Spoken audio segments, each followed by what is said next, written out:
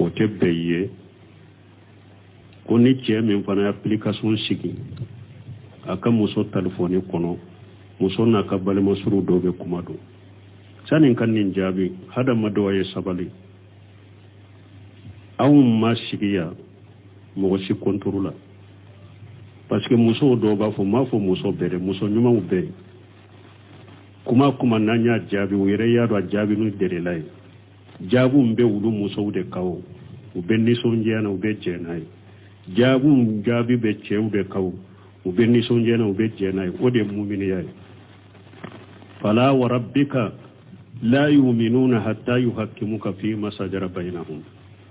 summa la yajidu fi anfusihim harajan mimma qadayta wa yusallimu taslima ala ko cire man kalla ni tige alai mogo kalli man ya te seka dafa abada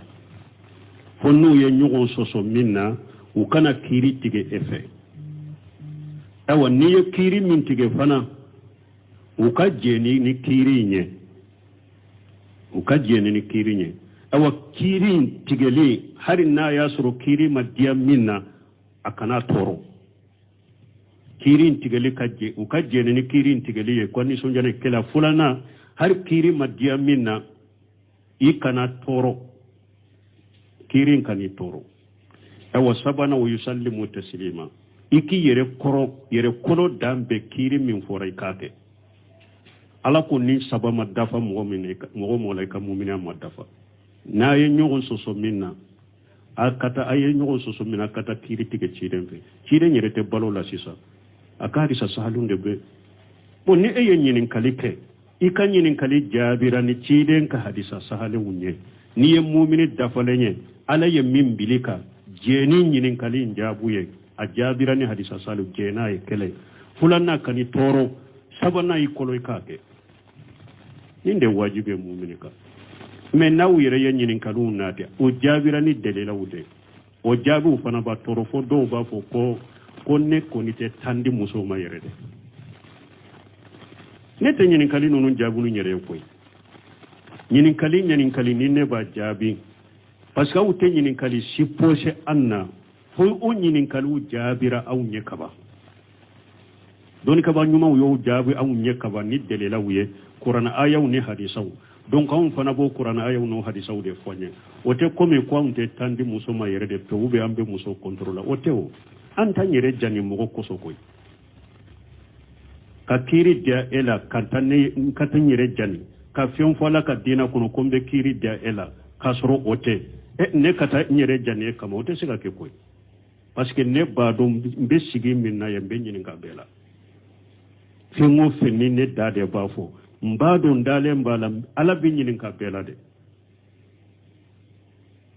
wala ne to jengai mai hari ni e wanni min posa sika binna ba surunte mena kan ba fu mbeta sege de ni man nyini kali ye doni ka ba bolo ka delila ye ntinda bwa kuro komba jabi ay wa hari ni min jabi fana mbeta sege da sika bena ni nyaado nye kataw kin ka kumala nde koroto de dirisiwre kanan ka bange ngana saka soro ma bange donc ako famu ante mo contrôle de ambe ala ka dina bangali de la nanka sheko hakay ni doni ka ka kuma wuye bila dilla ne te nyini kali jabi ni majhabiya nte nyini kali jabi ni jamana chogoy doni ka ba munu nyini kali jabu ye bumbaji nyini ka ko awbe ahmara bu kama jabi de la ko ka nyini kali jabi ka go jabi na ka jamana ka ko ay bumbaji ko le nyini kali jabi ale te nyini kali jabi ni majhabiya ale be jinin kali jari bila adilla ba jabila alquran wa sunna ala manhaji salafu salih qur'ana ani sunna ani mo nyuma munun temena sheba tabinaw akwa ale be jinin kali jabi bila adilla ale te jinin kali jabi ni majhabi de qur'ana ni sunna ale be jinin kali jabi no de donc on fana be jinin kali be jabi ambo jabi no qur'ana no sunna de an soko hakanye doni ko ka kuma yeminna ambo jabi no ode akodo donc oye min fo ko yala muso che fana be daga aka application siga ka muso ka telephone kono o do ne yen nin fo kuma kono o do afora kuma kono na ya surabe kuma lamini hakili ne ni ulu yare kuma kera ulu kadru be dimi ato yerete famu bolo ite tilinya yo aw ko an ka sunu tiliya an ka bone jigi cewde ka be nyini ka ala yemin fu akado fana furula ceka hake kacha musoka kateme musoka hake ceka musoko fana do de kiden ko ne ale ala tunye nyamara di ale ma mo ka sujuru bi mo ye ko ale tumbe muso nyamara ka sujuru bi cede aka hake min ka chaika aka nindo aka do fana rijalu qawwamuna ala nisai cete muso te ce marabaga so du kono ko so kono cede ye marabaga ko do e kam marabaga ye cede ce marabaga te tuma mi ye e wa Sheikh Salim mufti min be Saudi mufti ba jiya be ka mufti tuma mu ya nyini ka ko muso bila chayara akwa sababu ye muso ye istaril jalanna akum muso kera chewde akum muso kera chewde sokono muso kera chewde dokono ode ye muso bila chaya jiya mufti ba ye ninde fo akwa sa muso bila chaya sababu ye muso de te muso contrôle ko nimbe waaxi wo hadisa be min ka don ko be min fo ambode fawye wala donc ambe min fo e min fo lesire la ewa che ni yere dale mbi ka musola ima sikala ima ye kojugula ate daga yi fana ka application siga ka telephone la koiba aka ewa message belame ate daga yi ko ke ni ma sikai ka musola foi te sikate foi te ima ye kojugula ate daga fana ka application siga ka telephone la pour ika ka message meta belame mais doni ke ba ko muso marabe ede bolo e sikara musola iya do abake ka haramu doke ube sikara musola donc anko o de la Cheikh Salih Fawzan ko ikon muso telephone sege ye wajibi ka ni sumina musola ko dola isikara la ko dola iba fe kulu dankaniya sura bolo ite se kamina na fulo ite se ka kuma fe fulo imu dankaniya sura iba fe ko sugu dankaniya sura bolo abe daga ikan ninkala ka sege parce que muso maralibe maraliba le bolo de la gara ala bale nyine ka elade ya ayyuhallazina amanu qu anfusakum wa ahlikum an-nar alakum mu'minun aya yire kun tangana ka demba ka bo jannaba tasmama kidan ko kullukum ra'i wa kullukum mas'ulun an ra'iyatihi wa rajulun ra'i fi ahli baytihi wa mas'ulun an ra'iyatihi kidan ko be genni kala ako bebe nyini ka genni ke femma ako che ka du ko ne genni kala de ka demba ya ka yamay be nyini kala kidan ko la yadkhulul jannata dayus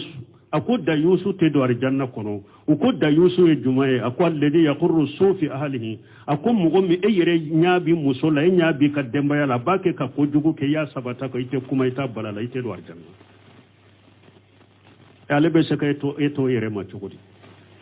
lesiri la nima sikki ka musola kala halakani ikana application siga ka telephone kono de mais ni che soganira ko dola a soganira ko dola a sikrela ko dola a ba fe kolu nya sori polo pour ka koma ife ki bali ulula adagara kake ala de ka marali do ale bolo rijalu qawwamuna lan nisaa ala ko cewde jo bagay musoka wali rijali alayhin daraja ala ko cewde korotale mbe musoka anunjuru be ede bolo ciiden ko hadi sawrela akuma min abudi yastarihi la ra'iyatan yamutu yawma yamutu huwa qasul li ra'iyatihi illa harama Allah alayhi janna ciiden ko jowo ni ala ye genni ke marafin do ke e ka marala don mi e sarai sara kasoro i ka marafin jamfa akwari janna doni kere maharamu e cebe se kan nim bedo chogodi ko asomena ela chinyali la ye chinyali la ko abese kitoye akitoye abise sege de ni chinyali sabatira abi balala ni se baye abe kuma ife even nin ko sugo min na telefoni kuno dabila numu dabila na se bala yera be telefoni mboshila se usalu fajon ko na ma se ka telefoni mboshila koni ka telefoni korosi boloy kana ala sosa kuno ye wajibi aka mbe min fo o yendinde don ke baw ye min fo ni kola o yendinde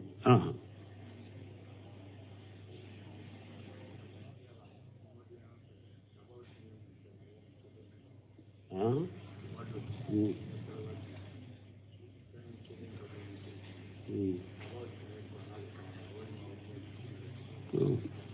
juma do sani ciden kana kado misirla ka kutuba kala saybaw tumben munke ko ciden nyafo hadisa sahalen kono akoni mugomi juma do ni iyeri kora ina na juma la jonna summa sallama kutiba lahu o kofe alay hakemi nogoyaye iyo salli sani almami kana ni almami nana be kutuba kalan na ayi kutuba kalan da mina fana i dade ka kutuba bellame kata o juma ano juma ko nyogo ka junubu misha ala babe yafa kasage ka tile saba faraka wala salafu tilela sani almami kana mimbe jumala ni nana jumala imma dobu ka jikirula sani almami kana imma dobu ka qur'ana kalana sani almami kana imma dobu ka duwula sani almami kana imma dobu ewa uka sallila sani almami kana ni mbara udebeke sani almami kana jumado ni jikuru de kan no mi ma ibi ka jikiru ke fo almami kana ni qur'ana kala de kan no mi na bi ka qur'ana kala ke fo almami kana ni duwu de be min na ibi ka duwu ke fo almami kana ni salli de be min na ibi salli ke fo almami kana ni nde sunna misiru la sani almami kana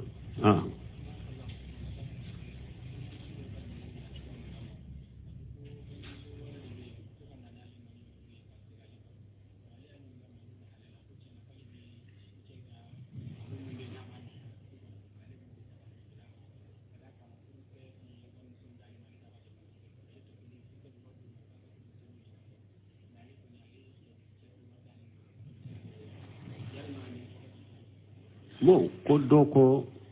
ale ka balma muso do be abena malo de ferale ma ko ale ya nyinin ka malo yin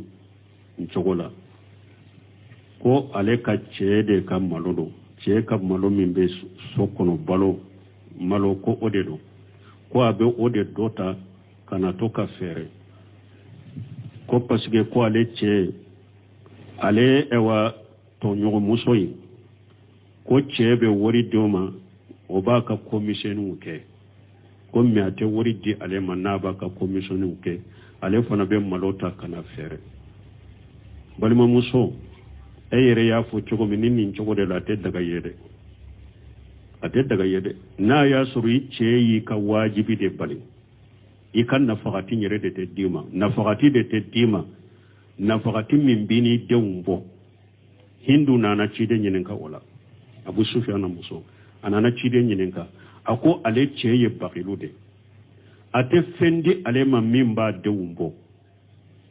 yala be daga le ka fenta che kofe na fakatila mimba le na de umbo wa chiden ko ako che kofe fenta kan na folo la mimbi de umbo ka foka faraka bil maruf ni sharia ka fendo ne de ikana teme ka wajibi ni kan na fakati kade kana teme ni deun kan ni ini deun kan na fakati kade ota kofe wala na ya sore ko de na fakati de te dafa ye bolo ati kan na fakati de dima pew ate fendi man na fakati la mimbi ni ka deun bo wala silama sharia ya Allah daga ye ika fenta kofe ka fere o yere ni yere yado ni ka che bora kala mateke bala wuya ni foni furusa bena bola de parce que mo te kelenya de donc ci de nyen ni fo hindu ye mais e yere ko commission de ima fo balo ima fo na fakati iku ka commission de commission be ma wajibi a che ka koy ika wajibu de wajibiraka donc ni wajibu ko ni dafale mbay bolo ate daga ika ka malo malo kata kofe kubeto fere kubika commission kenaye che jumambe se ka muso ka commission beke jombe se ko ke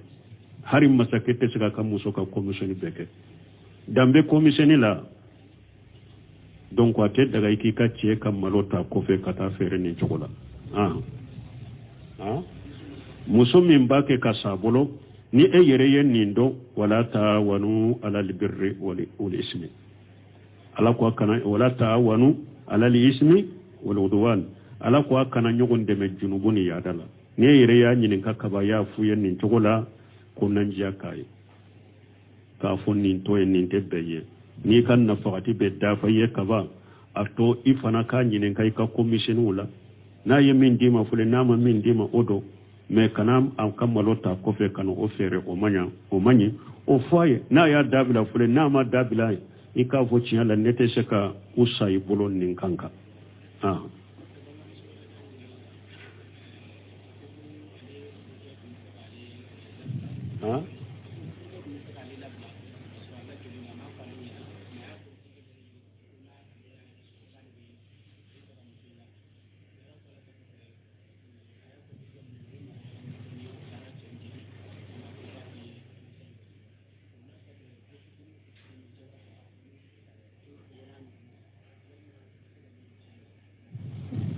Bon, kodo ko ale na ka muso ko ale jolen tundo ko muso ya fo tereke doye ko nin muso ina jigin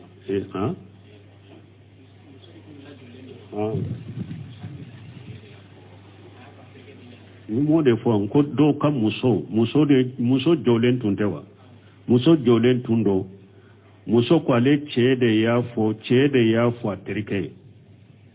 ko ni ale ka muso jigina ko ba fe kabila ko terike in fana ye nimme a y'a fɔ mɔgɔ wɛrɛw ye u taara kuma cɛ fɛ a ko bilali ko in bɔra la ko mɛ sɔɔni ni komisɛni kɛra ale ni cɛ ɲɔgɔn cɛ a bɛ bilali in fɔ o ye de an bɛ kɔnɔnajiya min kɛ cɛ ye bilali ko nɔgɔn tɛ bilali tɛ kuma ɲuman ye kana to ka bilali fɔ i da kɔnɔ ka caya i da inne ani bilali foli kani inne ni bilali foli la dege cɛ ka kɛ muɲubaga ye i ka kɛ sabalibaga ye donc bilali kuma minnu bɛ fɔ ten n bɛ bila o tɛ muso bilali ye k'a fɔ ni muso jiginna n b'a bila ani ni muso bila kiiriw kelenw tɛ ninnu tɛ kɛ muso bilali ye ni muso jiginna n b'a bila o tɛ kɛ bilali o tɛ kɔnte bilali ye bɛ kuma minnu bɛ fɔ fana awa sɔɔni n'i ma sabali n bɛ bila kuma ɲumanw tɛ mais u tɛ kɔnte bilali ye mais an bɛ kɔnɔnajiya kɛ cɛ ye a ka nin kuma sugu tɔ ye a ka kɛ muɲubaga ye a ka kɛ sabalibaga ye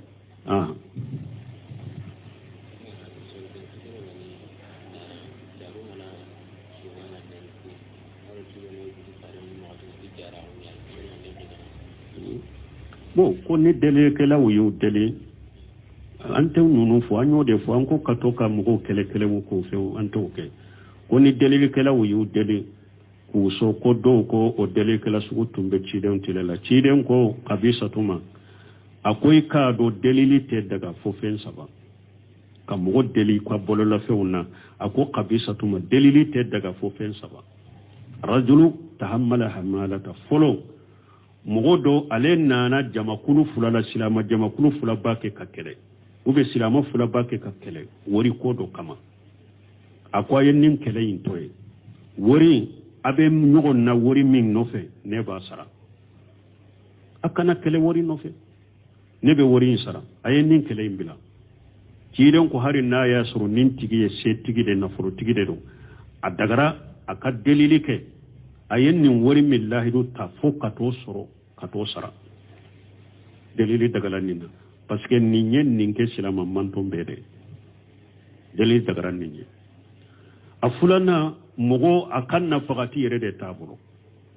a dɛsɛra nafagati yɛrɛ de t'a bolo pewu hara bɛ min don a da kɔnɔ nafagati t'a bolo ciren ko a dagara nin fana ka delili kɛ fo a k'a ka nafagati sɔrɔ n'a y'a ka nafagati sɔrɔ a bɛ delili jɔ sabanan setigi de tun don nafolotigi de tun don maa ka nafolo bɛ kasara y'a sɔrɔ nafolo bɛ tiɲɛna fo ale yɛrɛ ka kabila mɔgɔ saba hakilima saba ye seereya kɛ k'a fɔ tiɲɛ la an karasa a ka nafolo tiɲɛna dɛ foyi de t'a bolo sisan ciden ko a dagara nin fana ka delili kɛ fo a k'a ka balo sɔrɔ awa a ko Kabisatu min tɛ nin saba ye ni mɔgɔ mɔgɔ ye delili kɛ jahanaba tasuma kami i b'a kɛ k'o de deli donc an bɛ min fɔ delili la o ye nin de a kɛra delili sugu o sugu ye ciden ye min fɔ delili la o ye nin de ni nin ko saba dɔw la kelen tɛ mɔgɔ o mɔgɔ bɛ delili kɛ jahanaba tasuma kami i b'o de deli awa ciden ko hadisa wɛrɛ la ko delilikɛlaw a ko yɔmali kiyama dɔn n'u bɛ wuli ka na kiyama kɛnɛ kan u ɲa sɔgɔbu bɛɛ de binnen don u ɲa kolonjɛw de bɛ na kiyama kɛnɛ kan wala ni darurote delili tebe